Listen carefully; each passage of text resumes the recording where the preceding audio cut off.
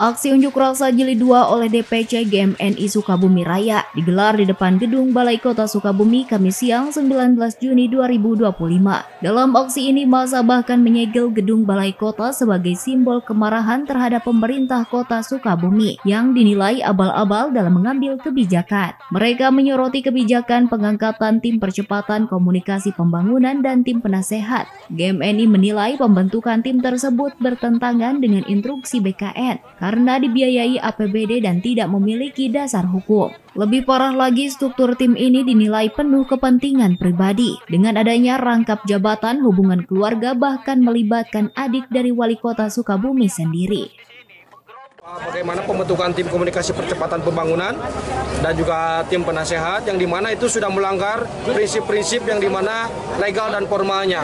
Karena itu bertentangan dengan surat dan instruksi BKN Badan Kepegawaian Nasional yang dimana tahun 2023 pernah mengeluarkan tidak boleh membentuk non formal ASN itu dalam menggunakan APBD kota ataupun anggaran pemerintah daerah ataupun juga APBN. Artinya itu sudah dilarang. GMNI juga menuntut percopotan pelaksana tugas Direktur Utama RSUD R. Syamsuddin.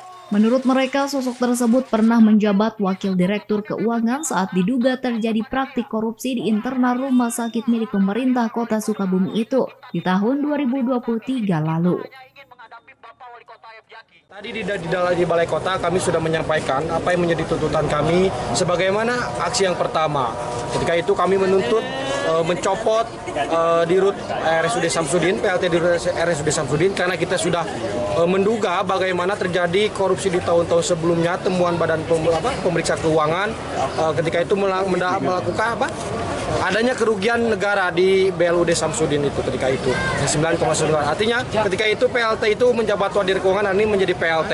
Nah, artinya kami mendesak kepada Wali Kota untuk segera mencopot Dirut itu. Hingga saat ini belum ada tanggapan resmi dari Wali Kota Sukabumi maupun pihak RSUD R. Syamsuddin terkait tuntutan yang disampaikan GMNI.